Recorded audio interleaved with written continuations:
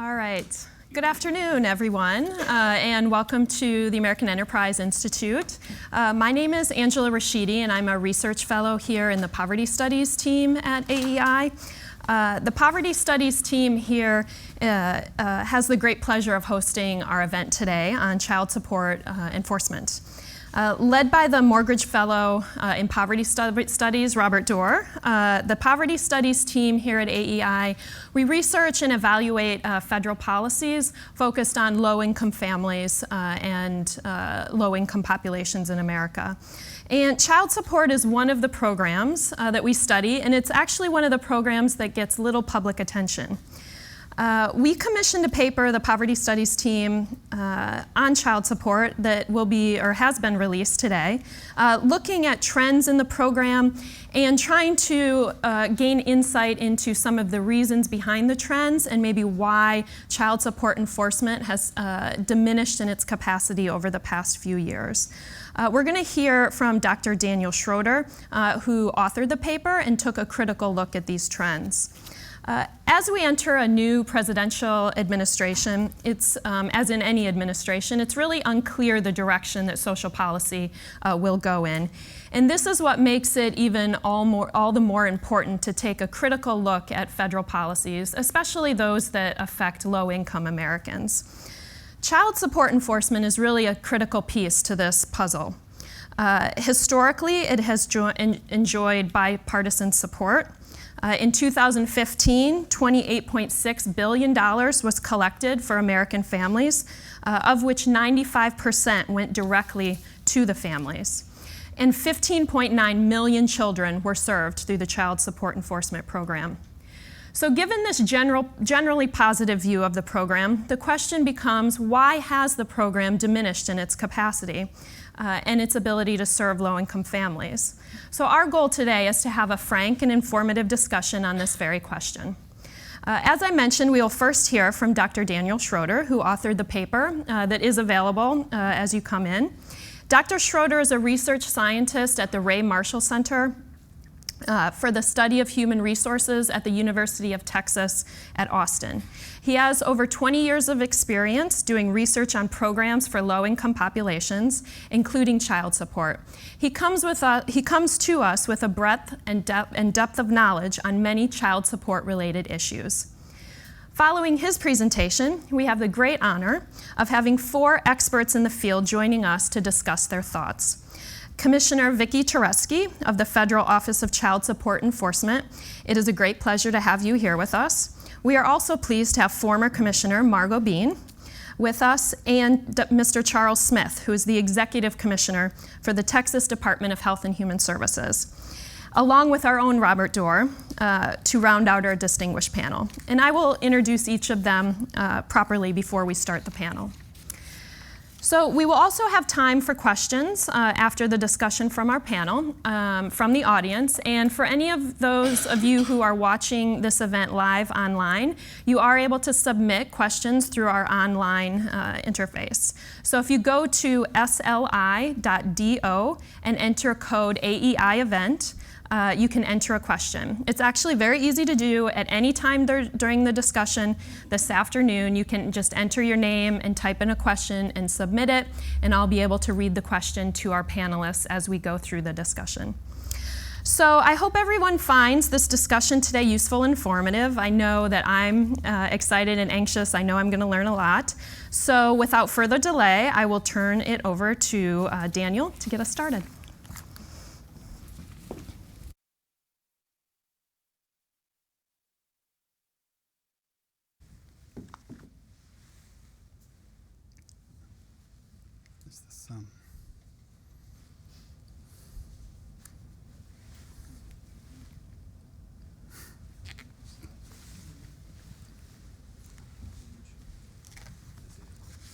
I'm not sure what I'm supposed to do here. There you go. Thanks. All right, thank you for coming, and thank you for tuning in online.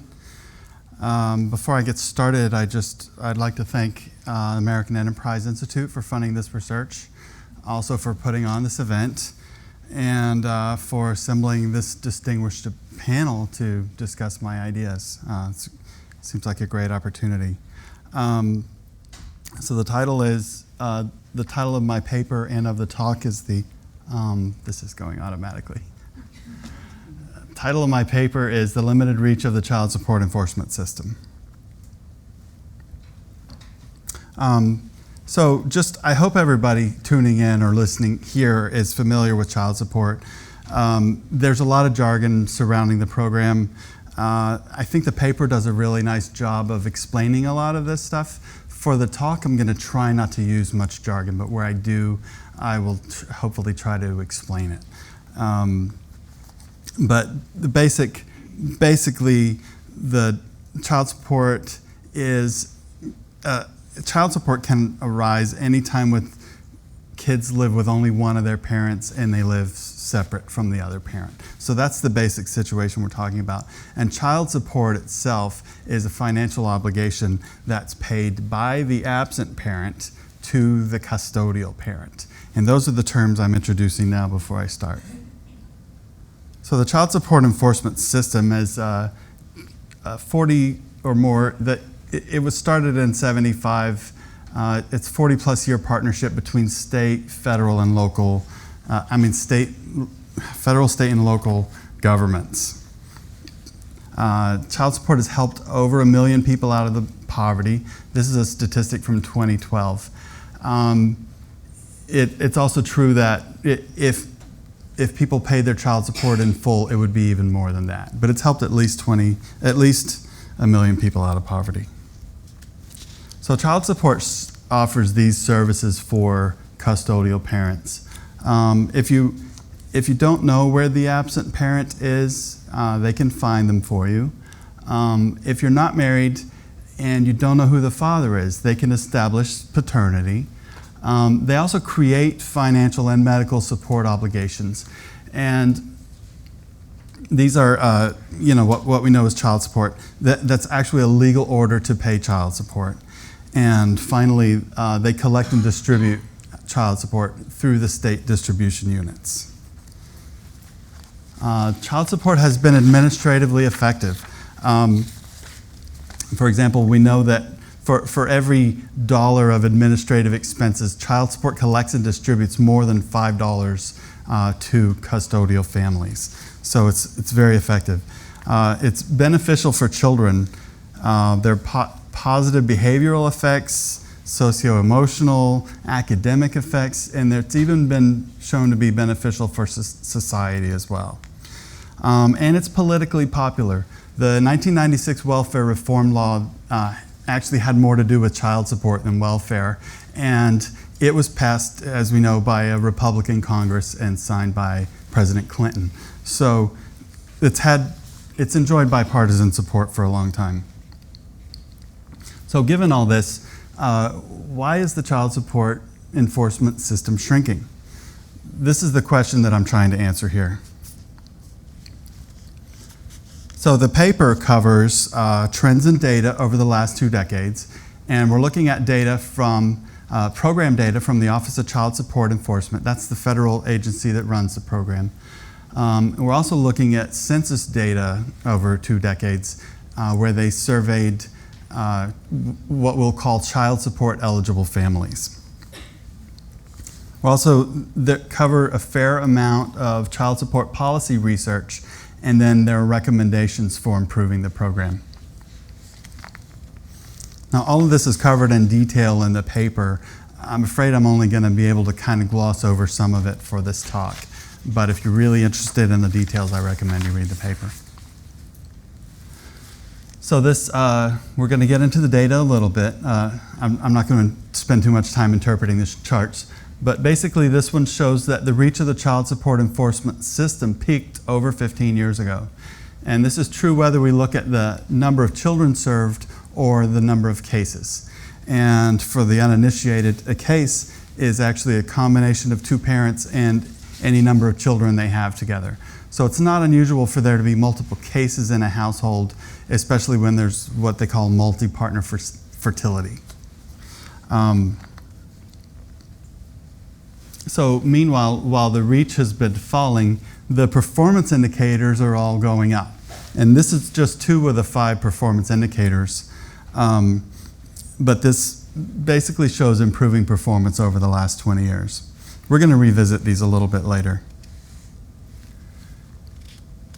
The second chart shows that welfare cases no longer make up the bulk of the child support enforcement caseload.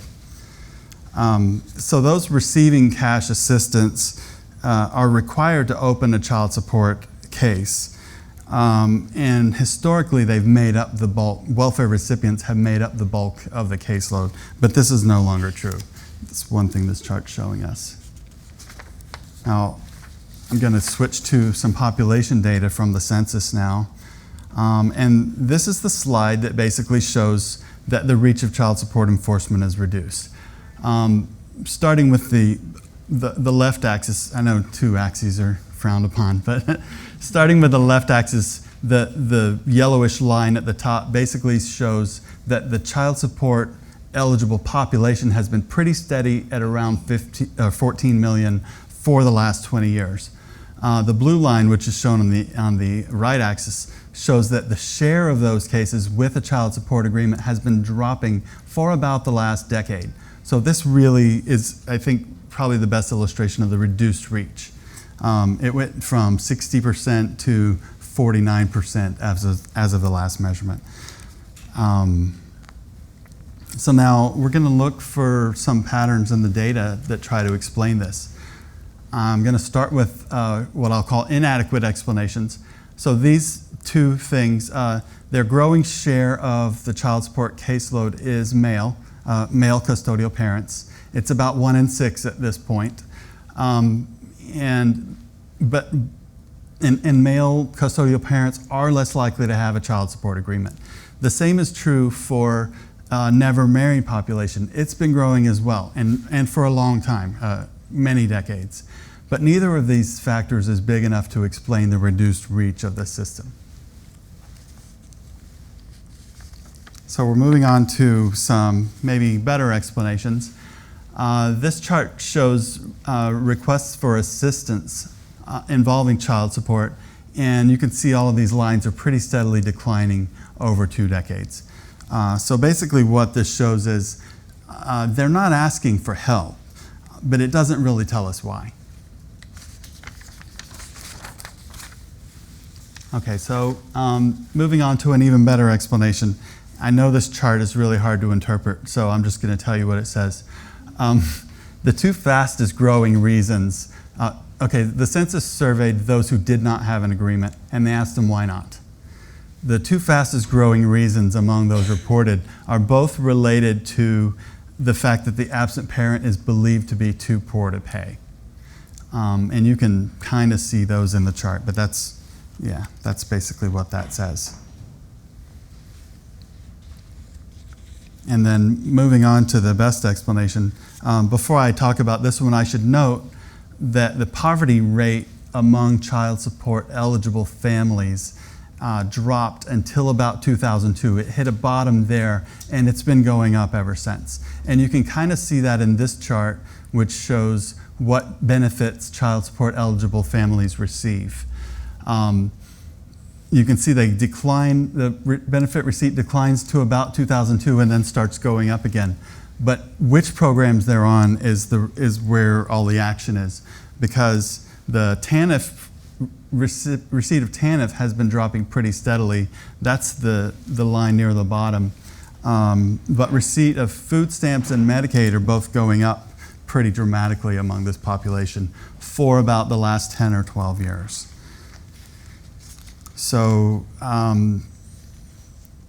this to me is the best explanation of the reduced reach that we've seen so far. So just to kind of summarize the data trends we looked at, the child support enforcement system really is doing great if you look at the performance indicators. By all of those measures, it's doing fantastic. And that's true of the 3 I didn't show you as well as the 2 I did show you. But the system really isn't reaching as many families in poverty as it should or could. So the pipeline of new mandatory cases has shrunk, and this is because TANF really is a small, or TANF for welfare really is a small fraction of its former self, and it's just not sending over as many cases as it used to. There's also a real or apparent, and we don't know which, but there's believed to be a decline in earnings capacities of absent parents, and that makes them unattractive targets for child support enforcement. So we've identified the problem, the likely causes. I want to talk about what the solutions should do. One thing they should do is to improve the pipeline of new cases and to refocus the performance indicators, and I'll talk about that more in a minute. But also, there's a lot we could do to improve the image of child support enforcement so that more people participate, including those who believe that the absent parent cannot afford to pay. So among the proposed fixes, and again, you can read more about this in the paper, for divorcing parents, I'm recommending automatic enrollment at family law court. And there was a program in Texas that was recently evaluated that did this with a lot of success. Yeah, that was actually my paper. But so yeah, you can read more about that. And then for unmarried parents, automatic enrollment for those who fail to acknowledge paternity at the hospital would be an important fix. And this is important because acknowledging paternity, for unmarried parents, acknowledging paternity is important for laying the groundwork for future cases if they should be needed. And what research has shown is those who don't sign, those who tend not to sign in the hospital, and most people do, but those who don't are the same people. They have characteristics that make them more likely to have a child support case later, and those same kind of characteristics make them less likely to pay later. So these are the ones we really want to get a jump on early. So I never expected to say this when I started this paper because I didn't expect to come up with this recommendation, but automatic enrollment for food stamps recipients is another thing I'm recommending. And like I said, I wasn't expecting to find this, but that really is where the eligible families are now. They're not on TANF anymore. There are very few of them on TANF. But I do think this kind of thing can be implemented in such a way that it's not a barrier to people actually getting food. I don't want it to be that kind of barrier.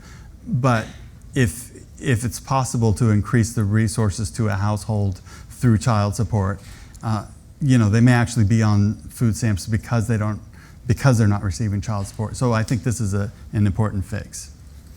I'm also recommending workforce development for low-income absent parents. And there's been a lot of evidence that shows workforce development works. And it's also true that not everybody needs work first. Some people actually need training or other opportunities to increase their human capital so they're more able to pay. But workforce development generally is a good solution. And I've got even more fixes here. So more charts. These are the two performance indicators I showed earlier, and they're superimposed with ones that I've redefined to improve them. And I made a couple of changes, but the main one is the denominator of this ratio is now the number of families in poverty, whereas before they were just looking at families on the caseload regardless of where they came from. So if you compare the two lines, you see that in each case there's a line that goes up, and there's one that kind of stalls about 10 years ago and heads generally down again. And so to me, the new measure really does capture the reduced reach of the system. And I guess the reason it's important for fixing these measures is there's actually funding tied to these performance indicators, and so they're really kind of motivating for state agencies. And it's also true that even if states wanted to serve food stamp recipients, for example, they may be incentivized to serve the easier cases at this point, given the way the performance indicators are now. So I really think we should redefine them so that they can be incentivized to serve the harder cases. So there are more fixes that I proposed in the paper. I'm not going to talk about these much here. Pass-through is an important policy that should be straightened out. I don't think states should have flexibility on this anymore. And cost recovery is a thing that's just, it's time we get this out of the system. It really isn't making that much money for the states, and it really affects the image in a bad way. And for the same reason, I think we should also stop trying to collect arrears for the state. Arrears, that's a word I didn't define for you, but past due child support should only be collected for families, not for states. Anyway, you can read more about that in the paper. So with these policy changes, assuming they all get written into law, the child support enforcement system could be better situated to serve the modern custodial parent population. It would keep more families with children out of poverty and make sure absent parents meet their responsibilities. Thank you.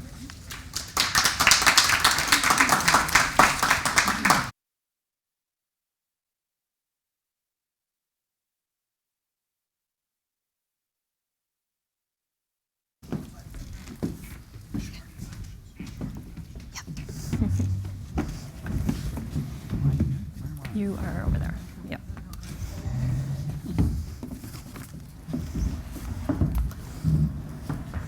Okay.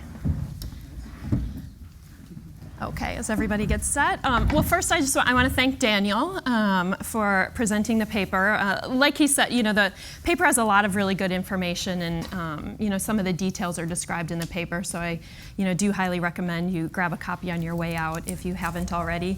Robert told me to make the introductions very short, but I do want to give a little bit more of a proper introduction because it's really exciting to have such a distinguished panel here. So first we have Commissioner Vicki Turetsky, and she is the Commissioner for the Federal Office of Child Support Enforcement, in a position she has held since 2009.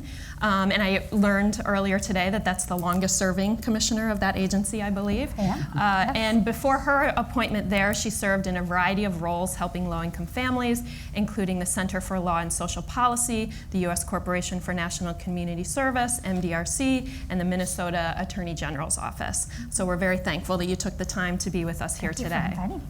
And after Commissioner Turetsky, we have Margot Bean, who is currently the Managing Director in Deloitte Consulting's public sector practice, focusing on helping child support programs and mostly at the state level improve their performance. She is a former Commissioner of the Federal Office of Child Support Enforcement. And she was also the Director of the New York State Child Support Program and the Director of the Guam Child Support Program. So thank you also, Margot, for being here. Then we will have Charles Smith, and he is the Executive Commissioner of the Texas Department of Health and Human Services, a post he has held since this past summer. He oversees nearly 56,000 employees that serves more than 7 million Texans each year. And he got his career started working in child support as well. And he eventually became the Texas State Child Support Director prior to his current appointment. And last but not least, we have Robert Dorr, who, as I mentioned, is the Morgridge Fellow in Poverty Studies here at AEI, where he studies how policies and programs can reduce poverty and provide opportunity. Before joining AEI, as many of you may know, he was the Commissioner of New York City's Human Resources Administration, as well as the New York State Commissioner of Social Services. And some of you may not know that he started his career actually in child support, serving as the Child Support Director for New York State. So it's a pleasure to have you all here today, and Commissioner Turetsky, we'll start with you. Okay, thank you very much. Yep. Okay. Oh, wrong way. Great, thank you. Well, let me first of all say that I agree with Dan in his basic analysis. The child support program performs well, but it is not reaching as many families as it has in the past. But I'm going to push back on your characterization of the situation as the child support program having a limited reach. I mean, it hardly has a limited reach. I'd like to suggest a sense of proportion to this conversation. In 2015, the child support program served nearly 16 million kids, plus both parents, an additional 22 million people, or 38 million people altogether. That is a big reach, not a limited reach. That's 1 in 5 children, as a matter of fact. And that is an identical number of children as is served by the SNAP program. 1 in 5 kids. Caseloads are practically identical in terms of the number of kids reached, 16 million kids. By contrast, the TANF program served an average of 2.8 million children in FY16. So we are talking about a very broad reach for the child support program, even as the caseload has fallen somewhat. And I'm going to reprise some of your slides. I've actually brought some similar slides because our analysis is quite similar in terms of the data. I think our conclusions are somewhat different in some cases, and some cases quite similar. The second point is that I'd like to clearly distinguish, as you did, but clearly distinguish between program reach and program performance. And you've categorized the problem here as capacity, that the child support program has reduced capacity. I would disagree with that term. I think it's fair to say that the program doesn't reach quite as many families as it has in the past. I wouldn't characterize it as the overwhelming problem you have, but it does serve fewer families, but its performance is very good, and you acknowledge that, and I appreciate that. These two issues, reach and performance, are in fact entirely separate, and they shouldn't be conflated as somehow the program has gone soft or doesn't have the capacity that it's had in the past. In fact, by any measure, the child support program has never performed better than it does today. FY15 data show that the program has reached record levels of performance across performance indicators. And I'm not just talking about the 5 measures in the formal performance management system. I'm talking about look at it from one angle, look at it from another angle. The child support program has never done better and has reached record levels of performance in the last few years. The child support formal performance system, which was implemented in 2000, is well regarded for accurately measuring key performance indicators, including a feature of data reliability audits. So we know that this data is accurate. Could you click to slide 1? Thank you. Now this is a reprise of some of the data that Dan showed. This is a graph showing our paternity establishment performance, our performance in setting child support orders, and our performance in collecting regular on-time support. And you will see all of these lines are going up. They're going up. They're going up. This is true even during the recession and recovery period, where the program performed better than we had a right to expect. The program incurred major funding cuts during that time, beginning with the start of the recession in 2008. And current collections, which are those regular on-time payments, that's what we're counting here, are primarily driven by employer payroll withholding, which is 75% of our collections. And during the recession and the recovery, the unstated fact here, during the recession and recovery, large numbers of unemployed men and women lost their job, lost their income, had their income diminished, and therefore had their ability to pay child support diminished. And yet, when you look at our performance, you see a flattening out during the recession, and then a prompt return to improvement as soon as the recovery gelled. So the collection rate, the current collection rate, the on-time collection rate quickly rebounded once jobs came back. And on slide 3, you'll see that arrears collections, which is those collections of overdue support when parents have fallen behind in payments, as Dan said, have also increased, the same sort of pattern during the recession, and then an increase. Like every other performance measure, the program's cost effectiveness ratio, which is a comparison of collections to expenditures, has also increased significantly in the last few years. Slide 4, please.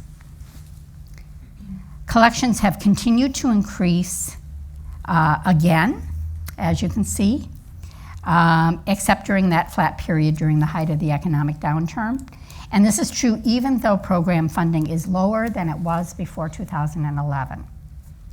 There are several studies showing a longstanding correlation between funding level and performance in the child support program, and yet we see this ability to get the job done. Collections are going up, costs are going down. That's one indicator of an effective program. Slide 5. Average collections per case are also going up, and they've risen significantly as we've implemented strategies in recent years to improve accuracy of support orders. They have a history of being too high and not based on real income of parents.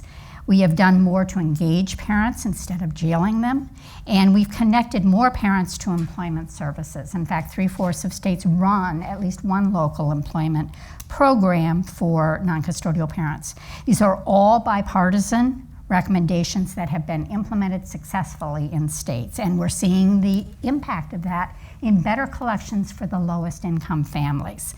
So our capacity, I would reframe this as our capacity to serve low-income parents is growing, not diminishing, because we're building the tools to get results even for the lowest income parents. The program was built for parents who were divorced, where the non-custodial parent had a steady job and a regular paycheck. We are modernizing the program along the recommendation lines that people on this panel have provided.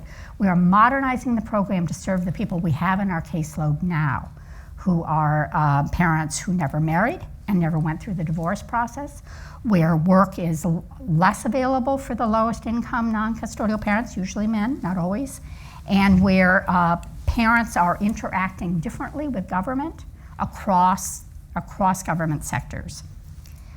In slide 6, you can see that the child support caseload, the black line, has fallen sharply. It fell sharply in the early 2000s, and then it stabilized, and then it rose slightly, very slightly, during the economic downturn before resuming its fall beginning in 2013. And so Daniel and AEI, through Robert's sponsorship, do have a point, which is that the child support caseload has been declining since welfare reform in the 1990s. But how big of a point is, I think, the question to take up. The blue and red lines represent current and former TANF families who receive child support services through a mandatory referral process. These lines are going down.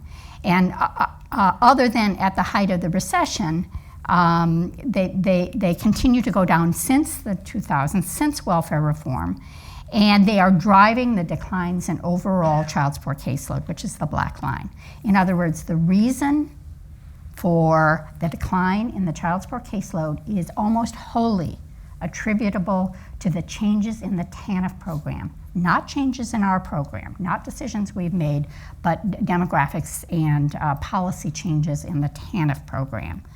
But I also think it's important to say that that the green line represents families who have not received TANF assistance, but they may be poor. They may be receiving other assistance benefits, or they may not be receiving any assistance. In other words, TANF is no longer a proxy for poor families. We've got plenty of poor families in our caseload, but they are no longer part of a formal caseload, certainly not the TANF caseload. In fact, if you look at SNAP specifically, and I'll talk a bit more about this later, I know I'm running out of time, but I have a lot to say. We serve 2/3 of custodial custodial SNAP families already. They are in our caseload, even though they're not broken out as such as TANF families. 2/3 of those custodial families, that is part of the recommendation in the paper, are already in our program, and we're serving them. Our total collections, slide 7, please, are continuing to rise as a reflection of our strong performance. The explanation for the decline in child support cases is almost entirely attributable, as I said, to the declining share of eligible families participating in the TANF program. It is harder to collect money when the caseload is declining. We have less cases, there's less money. Let me give you an example. Let's say you collect $100 on average in each of 1,000 cases. So you're collecting $100 on each of 1,000 cases. You will collect $100,000. Now let's say you really dramatically improve your performance. Now suppose you collect $200 per case. You've doubled your collections per case, but your caseload falls in half, falls by half to 500 cases. Even though your performance has doubled, it doesn't show up in the bottom line. You're still collecting $100,000. And we are starting to see that trend, not that dramatically, but we're starting to see that trend play out on our collections line. There is a slowing down of the rate of increase of child support collections. We're still increasing our collections, and we're significantly increasing our collections compared to costs. But it is true that our collections line is starting to level off, and that is because it is impacted by fewer cases. And so just our collections base, i.e. the number of cases we have, is changing. And this is one challenge. It's a political challenge of a declining caseload. Point 4, I have 5 points. To the extent that the declining child support caseload is a concern to the public, and I'm not sure it is, the real concern is the extent to which the TANF programs are not assisting eligible families. It isn't really a concern with our program because our never TANF cases are actually show an increase. When I think about the key changes facing the child support program, this isn't something that comes to the top of the list for me. There are a number of other challenges that I think we should be worried about, including obsolete computer systems, the growing number of children born to parents who never married and therefore don't go through a divorce process, much more complex cases than in the past in terms of child support enforcement, and the number of custodial parents who say, as Daniel said, that they are not seeking child support orders outside the program in the general population because the other parent can't afford to pay, a dramatic rise in that reported statement in the census data. Today, families in the child support caseload don't look like they did 40 years ago when the program was established, or 20 years ago when welfare reform took place, or even 10 years ago. And we are trying to respond to those changes in the demographics. Younger parents tell us they don't want government involved in family life. You know, a position that ought to be quite comfortable for many folks here in the audience. They don't want to go to court to get support. They don't want a formal order. They want to work things out by themselves. That is what younger parents are telling us. And that isn't necessarily a bad thing. If we want to grow the caseload, we need to implement customer services approaches that appeal to younger, never married parents and the way they live their lives and what their values are today, including less adversarial approaches. Not drag families kicking and screaming from the SNAP program into the child support program and potentially jeopardizing their safety and their relationships with each other, all for the sake of keeping the numbers up. We agree on a number of the recommendations. However, the recommendation in your paper to mandate SNAP participants to participate in the child support program or lose their benefits is one that the administration hasn't taken a position on. There is an option in federal law that allows states to mandate participation now of SNAP recipients. And at one point, 10 states took up that option. However, most states, 7 out of 10, have since dropped that requirement that SNAP participants be automatically referred to the child support program. Why? Because it costs too much money, because it yields little in the way of collections, and because it runs the risk of reducing family income and putting families at risk of domestic violence. A study in Utah, cited by Daniel in his paper, in that study, 2/3 of custodial parents, as I said, are already in our caseload.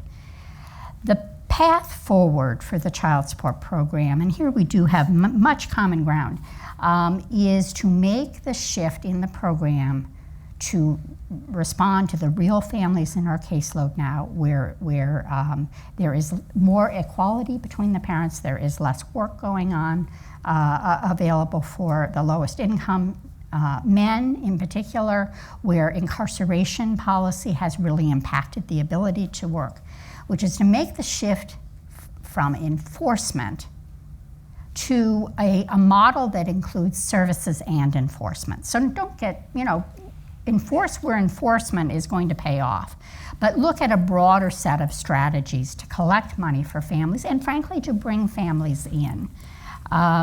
We should continue to emphasize effective outreach, customer service, working with parents as opposed to jailing them, data analytics, modern enforcement and collection techniques. These are all the way to modernize the program. And early intervention that address barriers to payment, including unemployment. Right-sizing orders, meaning setting an order based on real facts of the case, not just fictitious income or standardized amounts. Alternative dispute resolution and problem-solving courts, all of which have been implemented by states successfully. And to agree with you, Daniel, family pass-through and distribution policies rather than welfare cost recovery. And I will say 95% of the money that we collect goes to families now. This is the path that the program has been on since welfare reform in 1996. It is grounded in evidence about what actually works for the lowest income families and should be continued after this administration ends. I think the key shift that we are trying to make in the child support program is to ground our practices in evidence. So thank you for the generous time. Thank you. Margot? Good. I think I've got 2 minutes now, which is good because Vicki actually covered a lot of the things that I was going to talk about. And thank you, AEI and Daniel, for inviting me to speak. I'm really very honored to be on the stage with all of my colleagues here.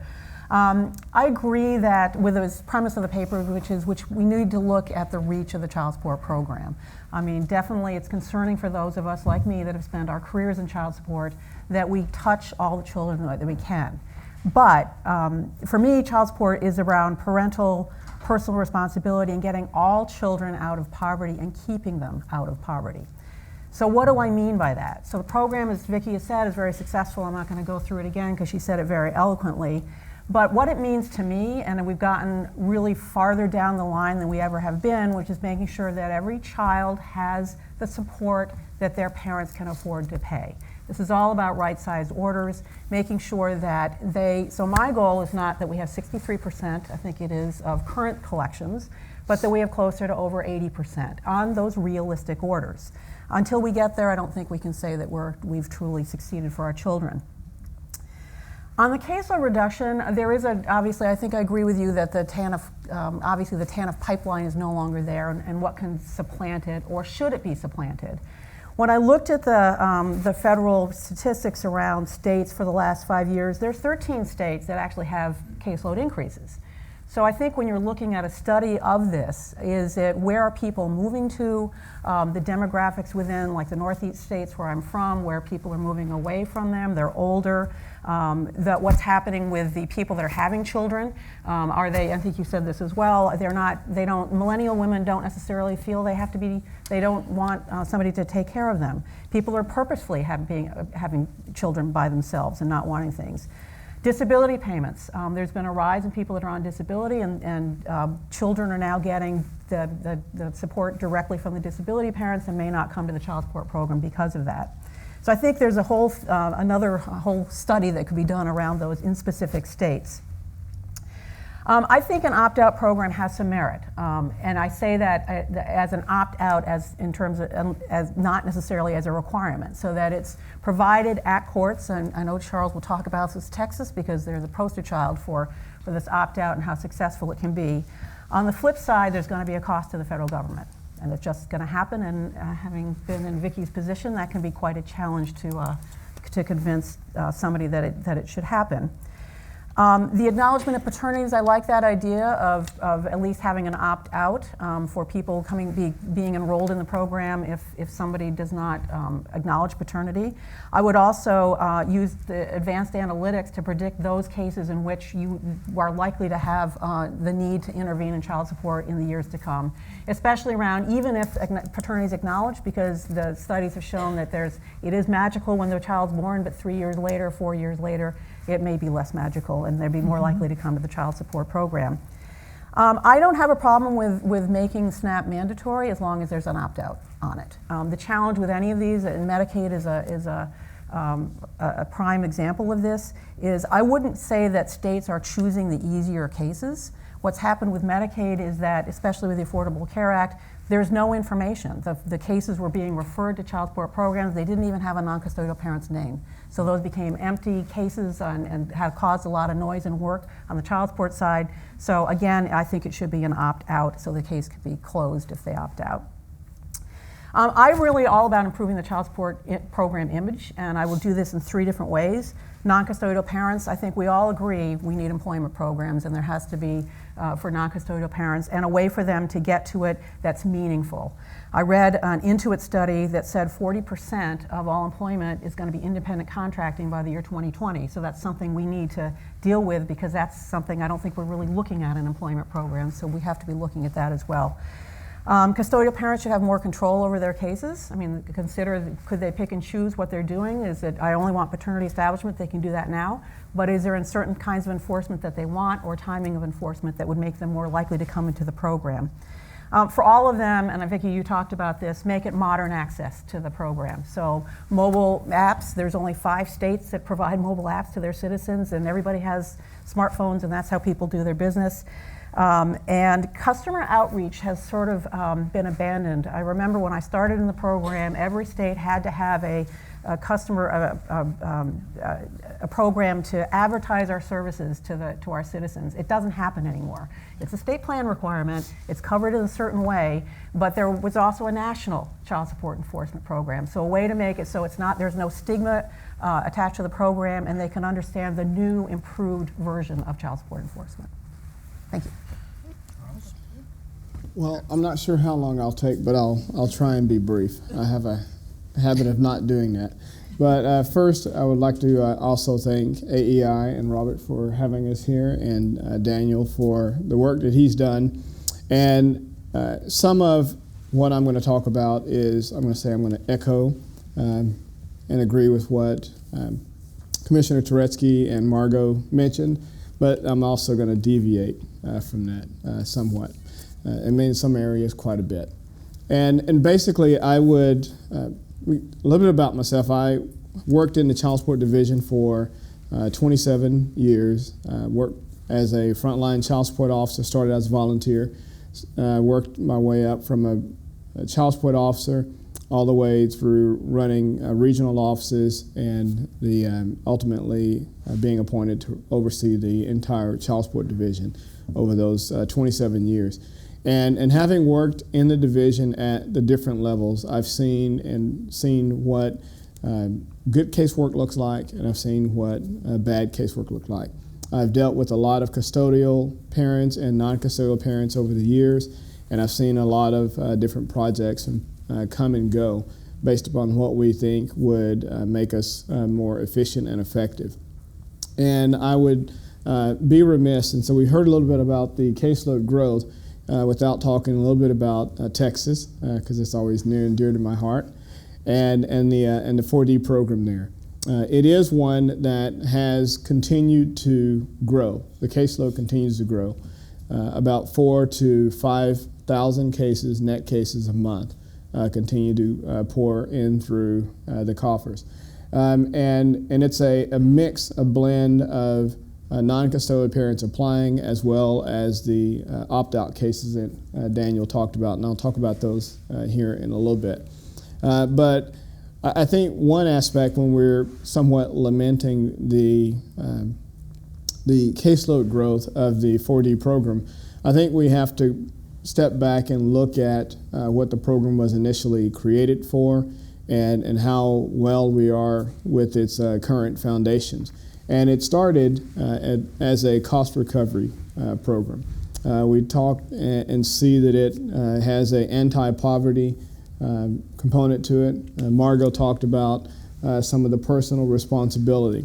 And while it's easy for us and for some to say that the state should not recover the TANF funds and that those arrears should not go to the state, what we fail to see is that custodial parent is receiving those TANF benefits or applied because oftentimes that non-custodial parent is not paying child support. And so in essence, what's happened is that the taxpayers have stepped up and begun to pay child support for that non-custodial parent. And I think it's important that as a 4D program and as professionals is that we create an environment where we don't dehumanize people or villainize non-custodial parents when we are working with them to try and get them to pay their child support and to live up to their personal responsibilities. But I also think it's important that we don't create an environment that basically looks at certain aspects of our caseload and writes them off by saying that they're never going to pay, they're not going to be able to do anything, and so therefore we should forgive their arrears. And so I'm not a real big debt forgiveness person because of the way that happens, and I'll talk about right-sizing orders and all those type of things here shortly. But from the state perspective, in Texas, the caseload continues to grow, the collections continue to increase for a number of years. The percentage of increase that you see at the federal level is largely as a result of the work of the hardworking men and women back in Texas.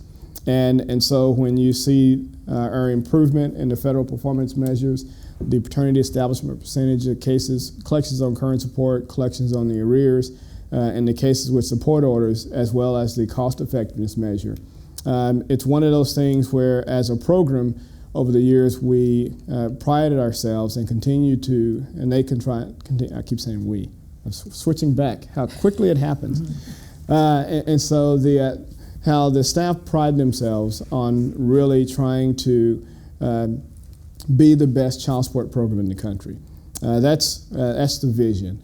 They want to be committed to making child support a steady source of income for families, because that really and truthfully is what we should be doing. And in order to do that, you first have to make sure that we right-size orders. That means the initial order that is set, you set it based upon the ability to pay. There are some discussions about what that means.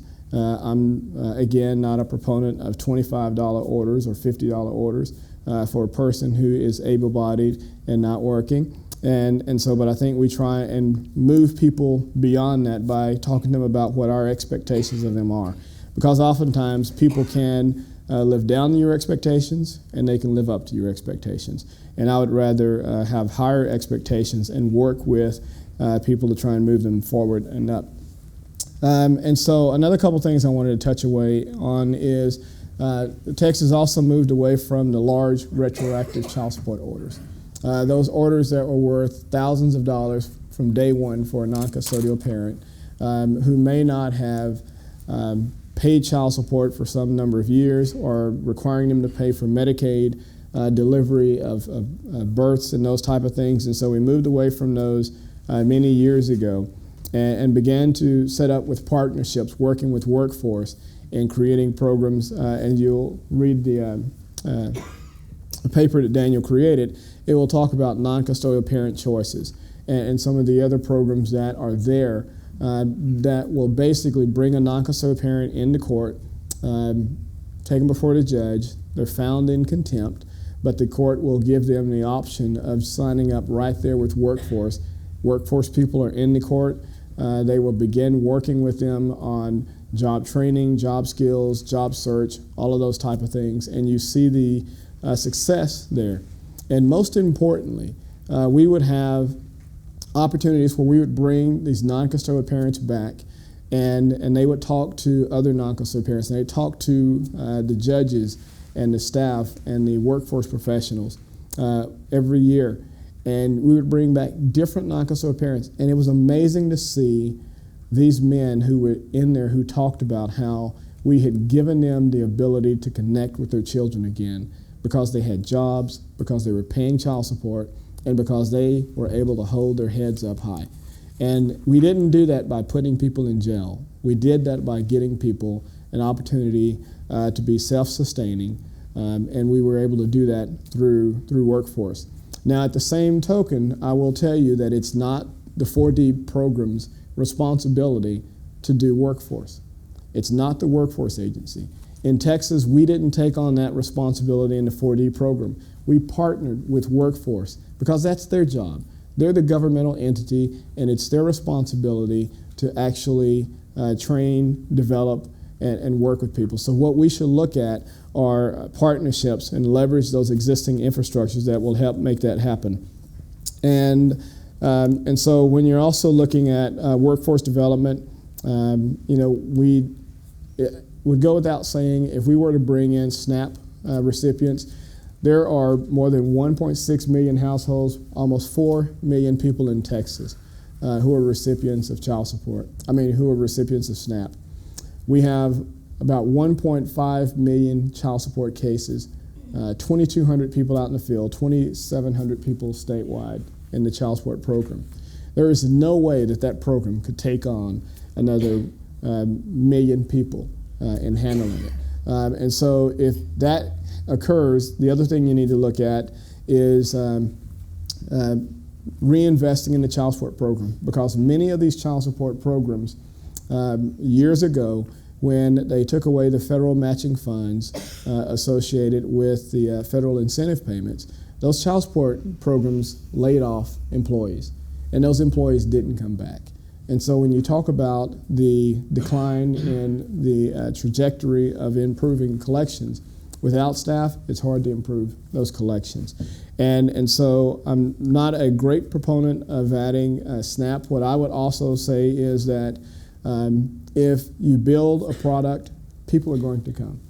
And so for custodial parents who are seeking governmental services, absent of those that Margot was talking about who may decide that they don't want to be involved in government, if you have a child in whatever your circumstances and you do not enter the government system where you're seeking assistance to help, whether that is SNAP, Medicaid, TANF, whatever it may be, then that's perfectly fine. You should have their personal right in which to do that. But if you are then seeking government assistance, I believe it is appropriate for government to then make sure that both parents are helping to support that child, in addition to the taxpayers. There are quite a number of other things that I wanted to kind of touch on, but I will probably move forward and just hit on one. One of the aspects of declining caseload is one, we do in child support some things that hurt ourselves in talking about our poor reputation. Is if we say that we have a poor reputation in interacting with custodial parents and non-custodial parents, they're going to hear that. And if you are doing a good job and you're trying to do a good job, people are going to come to you when they feel that they need help and assistance. And so I think one thing is we need an image reformation without actually changing a lot of the program. I do agree that the TANF program changes, the policy changes, had an impact on that. I also think that one of the other things that happened with the declining caseload dealt with case closure that was spurred by attempts to reduce the national arrears and to improve on our federal case closure methods, cases with orders and collections on current support. And as a program, we should say it's okay to close cases appropriately, but we shouldn't be looking to close cases just to arbitrarily reduce arrears or because we have a philosophy that a non-custodial parent arrears and debt forgiveness, and we should wipe those arrears away because I think it sends the wrong message to the family. It moves us away from an anti-poverty capacity of the program, and I also believe it signals to those non-custodial parents who would like to do better and would like to have an opportunity to do better that it's okay for them to be where they are. And I will leave it there. Okay, thanks, Charles. And I want to say also, this is a great panel, and I've already learned a lot, and I think the paper is an excellent stepping off point for important discussion. I do think it's a little bit bloodless, some of this discussion, and I think we're losing track of what we're talking about here. And what I think Daniel's paper is talking about here are poor families who are not getting the benefit of a program that has in the past provided other poor families an enormous amount of benefit.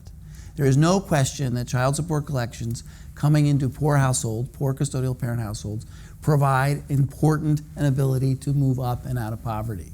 And if we had another program that was as successful as child support enforcement was in helping poor families, and we had a population of poor families that were not being served, I think a lot of us in this room would move heaven and earth to try to make that program more available to them.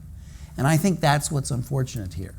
I think for those of us who don't know, or those of you who don't know much about the program, need to understand it serves two populations. Populations of people who voluntarily come in because the court system has failed them or because they've been felt left out by the way in which divorce and family matters are resolved, and they've come to a program that is well equipped to serve them well and does and has over many years. And it's also equipped to serve families, mostly never married families, who seek public assistance, and when seeking public assistance in the old days in cash welfare, we're told you need to rely on your family first, or at least your family in part. You need to look to your own situation and the parents and the other parent in the household, and you need to help us get support from him or her so that you can maybe not need public assistance or at least have more income in your household for your family. That was the second population, and that population has gone down. We no longer serve as many of them as we should. And I think it's unfortunate because we're losing an opportunity to provide important assistance to poor families. I want to also say, and I want to repeat what I think Vicki said, and that is the program for those whom it serves does an outstanding job. We're good at what we do. The child support program has become good at what they do. And I would say I would go a step further. In the last 10 or 12 years, begun back when Vicki and I first met, we've made tremendous strides in making the program more fair and more responsive to non-custodial parents. There are work programs in many states. There are pass-through policies. There are arrears forgiveness policies. There are current support right-sizing policies that have been put in place and have had an impact. And yet, we talk about the program still as if it's still that old tough thing that doesn't know how to deal with a poor non-custodial parent. And that just isn't true. We're much better at that, and yet we still hold ourselves back. The next thing, and I also would like to just say about the SNAP requirement. I am impressed by what has happened in Kansas. I think the idea that we say to folks who seek public assistance that you need to help us get assistance from your family as well as part of the process of receiving this other form of public assistance, That's important. We should say that to families. And if it requires a further or an increased investment in child support enforcement, we should do it, because we're allowing two things to happen. We're allowing a potential resource available to that family to go unsought after. And I'll say again, if there was another way to reduce poverty, I think we would work really hard to find that other way to reduce poverty. Of course, we would if it was a government benefit program. I don't know why we would not do it in the case of an absent parent or a non-resident parent. And finally, we also, I think, are walking away from standing clear about an important societal expectation. And that is that children who are brought into this world should be cared for, and there should be some financial responsibility borne by the parents of those children. And when we say to SNAP families, or Medicaid families, or public housing families, or any families, we're going to provide you assistance, and ignore the potential resource that could be provided in a fair way through a system that has changed in order to be more fair and more appropriate, I think we are letting them down. Not only the custodial parent down, but also the non-custodial parent, who I think benefits from having a clear message sent that their child deserves their support. So I'm appreciative that Daniel has sort of documented this. I acknowledge great progress and improvement in the program. I come from the program is where I began, when it had this is the last point I'll make. It had in the late 90s and early 2000s this really strong bipartisan support for a program that both increased resources to poor families and enforced personal responsibility. Since that time, that support has gone away. And as a result, because it doesn't have that support, we're no longer doing what we should be doing in helping poor families get the support they could benefit from. So Angela, we can go from there. Yes. Although we got to give Daniel a chance to respond. Right. So with that, thank you, Robert, and to all of our panelists. Daniel, did you have any quick responses or anything that you wanted to say before we sort of got to questions? Just a couple of things, really. And I really appreciate all of your efforts to go over this. It's fantastic comments, but really what I heard is a whole lot of agreement with what I'm proposing, and some disagreement. In particular, Vicki, it sounded like you were concerned with the title, The Limited Reach, and that's actually, there's another title I had that I didn't choose, which was Modernizing the Child Support, the Enforcement System. And I think that would have captured the paper just as well. But I think the thing that it wouldn't emphasize is this, the thing that really, and the thing that I can't explain is that the poverty rate among custodial parent families has continued to go up ever since 2002. And I just looked at the number in the statistic in the appendix. It's gone up by over 5 percentage points in that time. And so if the system really were doing just fine how it is, I don't think we would see poverty to continue to go up even after the recession was officially declared to be over. So I mean, to me, that's the one thing that I can't just discard. Can I make a comment about that? I also think Vicki was really objecting to the word capacity, and I think that was a legitimate concern. I think the program has capacity. Yeah. I frankly believe it has unused capacity. It is sitting there waiting to be used in a more effective way for poor families, and it's not being.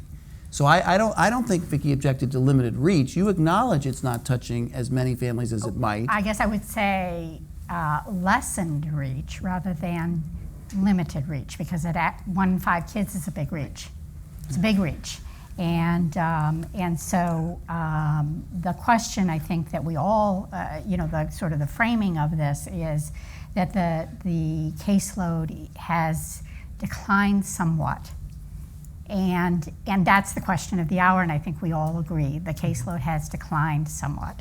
I'm a little, that statistic is a little struggling. Is that I mean, you know, and the one thing about child support, once you're in the program, you're in it for a long time. Is that 18-year kids under 18?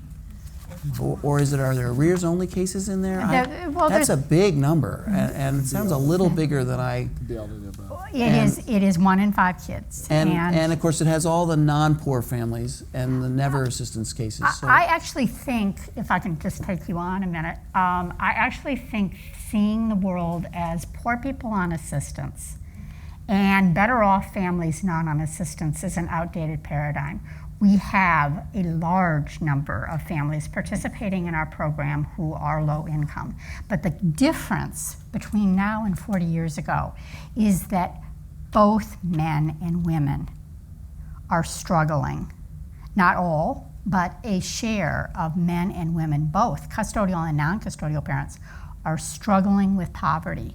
And so the big change, if I can say so, is that we are attempting to address a situation where a significant number of people in our caseload, mothers and fathers, are poor. So what is the best way to increase the capacity to pay so that there is an increased income result for families? But Vicki, just while we're on that, you have led, and Margot led, and other state programs have led efforts to make sure that poor non-custodial parents pay orders that are commensurate with their ability to pay. Right. So let's not give the impression that we're still, maybe, I'm sure there are exceptions, but there aren't $50 orders and $25 orders and minimum wage orders and $0 orders. Very much part of the program. So you're right, men have struggled too, fathers have struggled. But we could have a system that at least asks that they pay something. I don't disagree with you, and I don't disagree with much of what you and others on the panel have said, which is that the child support program is really intended to reinforce parental responsibility, that kids need the support of both parents. What I'm challenging or pushing back on is the application of these principles to the actual facts of what's happening. And the actual facts is that child support income are a bigger share than ever of a family budget. It's 41% of family income for families who are poor and receiving child support. It's 41% of their income as custodial families. That number has grown. If they get it. If they get it, but more families are getting it. So I guess what I'm wanting to deconstruct is to say with you, yes, I have always stood for, and you know this, Robert, I've always stood for the child support program as a major anti-poverty program, and it is still serving in that role. Where I'm struggling with what you're saying is the sense that all the poor people have left our program. No, they haven't. We serve 2/3 of SNAP participants, for example.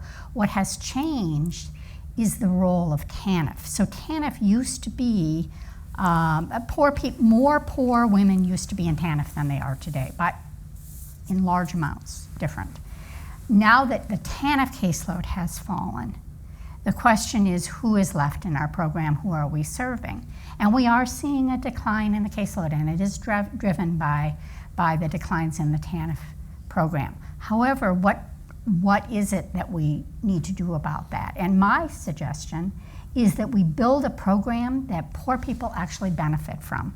Because we had these cases 20 years ago from the TANF program. Did we collect? Not nearly as well as we do today. So what is the remedy for helping the most poor people that we can? One is to make a program that really responds to their needs. And one is, frankly, to recognize that non-custodial parents are not wallets that have the money but are withholding it.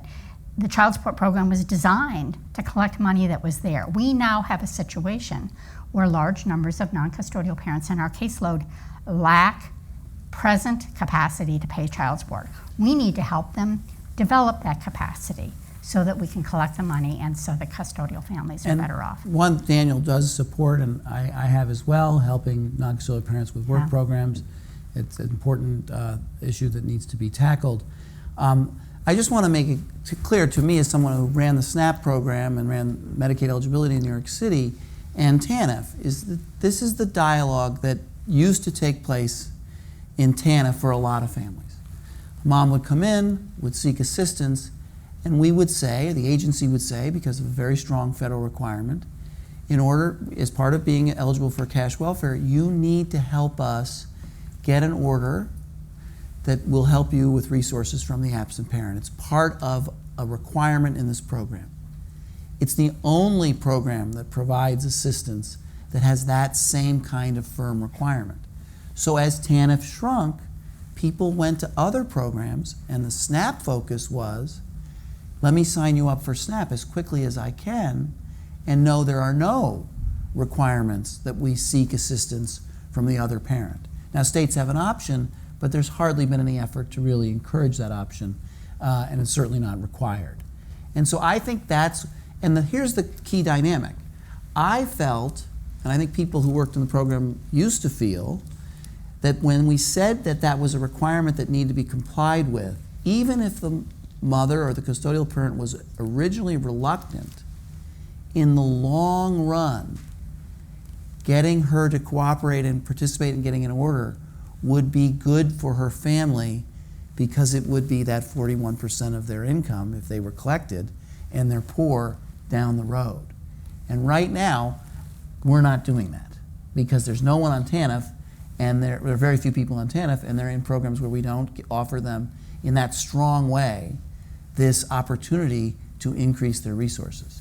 Can I ask you a question? Yeah. So Daniel, I thought that in your paper you said it was an opt-out on SNAP referrals, and Robert, you're talking about a required cooperation. Well, Is that we what don't you're- necessarily agree. Okay. Daniel has his own views. All right, so you're saying something different, Robert, then? Well, I think it ought to be. I think we ought to explore the possibility of really pushing, again, with domestic violence exceptions and all the protections that we put in place in the TANF program, so that it's not forced upon someone, but it should be a strong expectation that the resources from the parent of the child in the household who is seeking assistance, both parents' resources are explored. So if, in relationship to that, and I will say this about Medicaid as well, if it's a required referral, then they have to cooperate, because otherwise there's nothing that child support will be able to do. Yes. And I am more comfortable now than I probably ever have been, because of the growth that we've got in right-size orders and looking at the circumstances of the non-custodial parent. And so if the non-custodial parent, oftentimes the family is going to mirror, the custodial parent can mirror what the non-custodial parent is as well. And I think you wouldn't disagree with me, as long as you then provide for the non-custodial parent avenues to employment Yes. programs, to all of those things. But I would also say that those non-custodial parent avenues to those employment programs need to be structured in a way where it's required. Because Correct. one of the I don't things disagree. that we saw is that when we asked for voluntary self-referrals to workforce from the non-custodial parents, is one, they didn't show up, didn't follow through, and it was ineffective.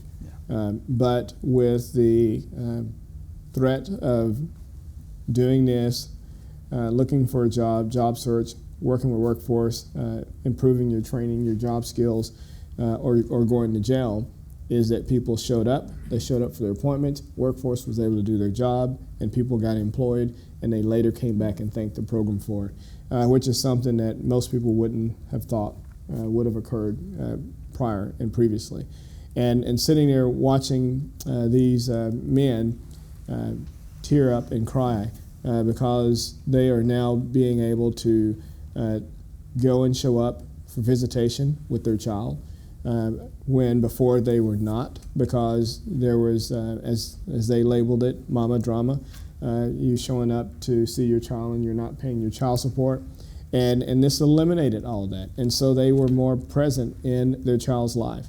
They were able to buy their child things for the weekend or birthdays and those type of things. And it lifted their self-esteem and their self-spirit.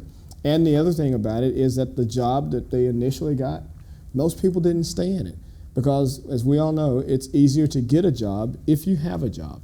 And so once they became employed, they then moved on to other higher paying jobs. And so that was part of this process. But it all comes back to sometimes tough love of expecting people to do something that they're not willing to oftentimes try and do themselves. And I think that's important. And with a $25 order, $25 a month order, you're not going to change the trajectory of poverty for that custodial parent. They're going to be relegated to government assistance until that government assistance ends, if it's TANF, in 5 years. With a non-custodial parent, you're not going to incentivize that person to change their behavior. Because I would also imagine that for all of these non-custodial parents who are getting these $25 and $50 a month orders, is they're probably not paying on them either.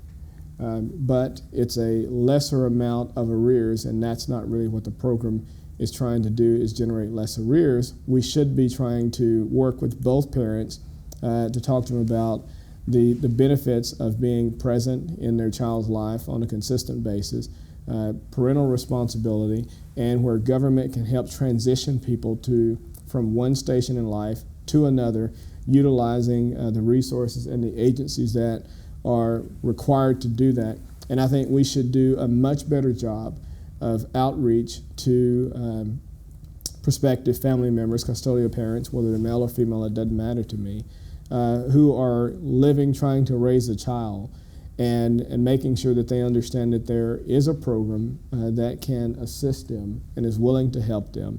And whether or not we require them in SNAP and all these other programs, I think we can definitely do a much better job of making sure that people have the resources at their fingertips so that they can then exercise their own personal will if they're going to apply for these programs, again, unless they're part of the government assistance pool. So before we run out of time, we want to make sure that we give people a chance in the audience to ask any questions that you might have. And so if you do have a question, we have mics over here. And then I do have a couple of questions online as well. So I'm going to maybe touch on one of the online questions, and then Nicole, maybe we can, after that, do this question here. And actually, a lot of the questions I had were already covered in the discussion, so you must have had a peek at my notes or something. But there was one question online that came through that was similar to a question that I have. So the online question is, what, if any, has the Obama administration done to change the enforcement of child support? So this seems, appropriate for Commissioner Turetsky. It's somewhat overlaps with a question I had. I saw you speak a couple years ago about the need to sort of rebalance the program to make sure it's fair for fathers, and really trying to do that in the program.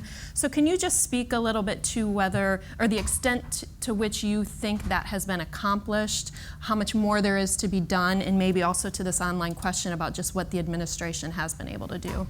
Sure. So during the Obama administration, the program, we have been attempting to build the capacity of the child support program to work with families as we find them, and to maximize their ability to pay child support, to engage with their children, to be good parents, if they're non-custodial parents, stay in touch, and to pay child support. The capacity to pay means that parents who are unemployed need to find a way to obtain employment. And in this, Charles and I agree.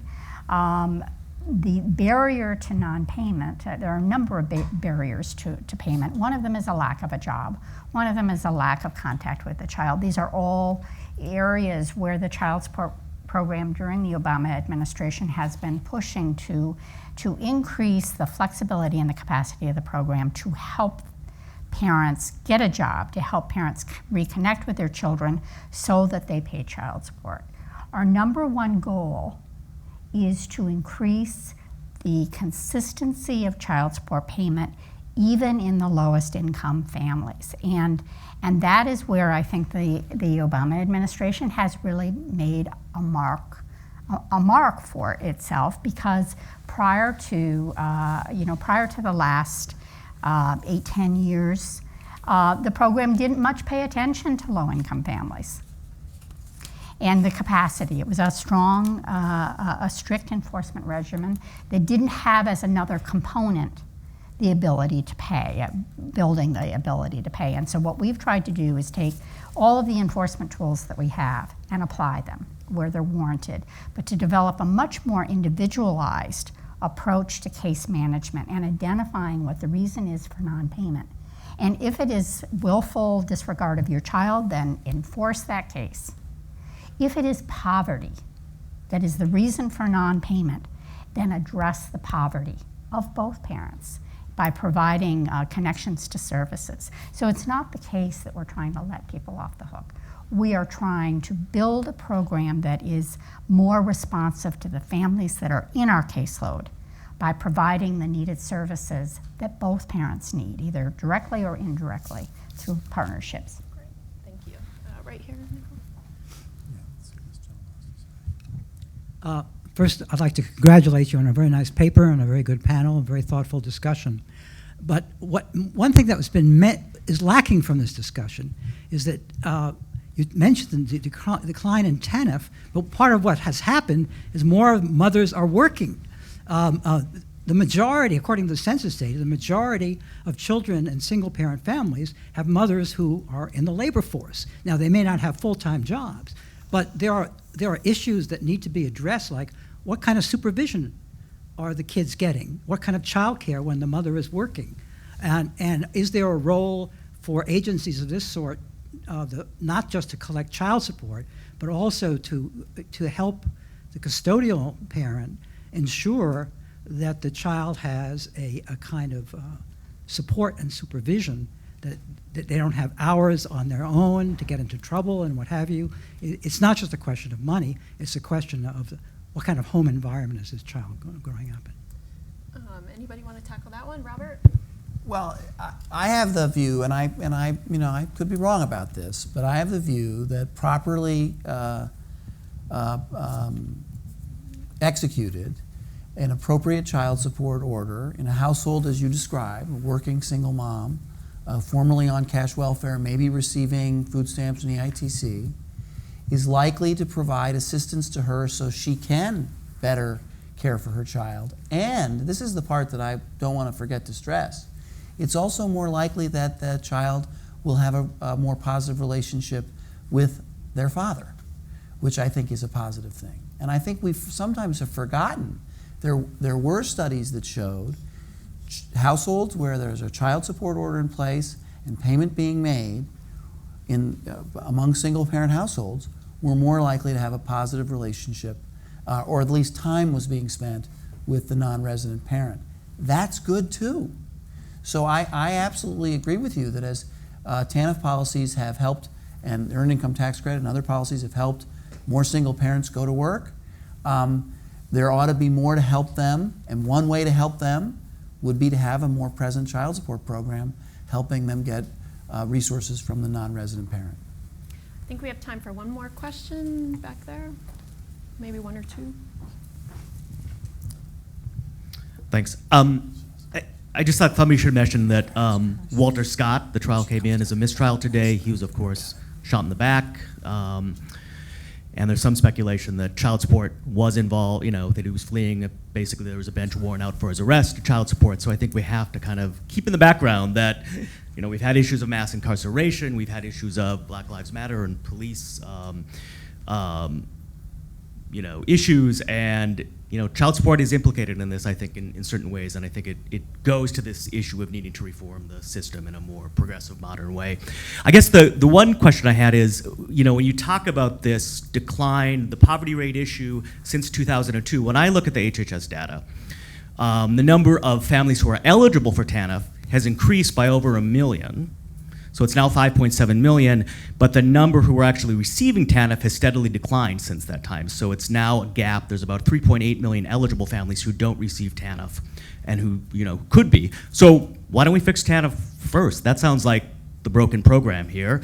If you get TANF fixed, you get the people the help they need. They're also going to be hooked up to the child support system. And ideally, I think we'd also expand TANF so that more men could more non-custodial parents, perhaps even more parents before, people before they have children are able to get services and support instead of having a more kind of punitive kind of correctional system that it seems we have now. That- Okay, so. Well, I was just going to say, that actually sounds like the topic of a great other panel about TANF. Go ahead, Robert. Well, I was going to say, Vicki, after I say you, I think you should say something too, if you want, about these two questions. So the first is, I heard the reference to the, I think, South Carolina or North Carolina episode. That's a tragic thing. I think it's a mistake to extrapolate from that a condemnation of an entire program that has helped hundreds of thousands of families escape poverty. So that's one. So that's one. Well, so I just don't think there's really a really good issue there.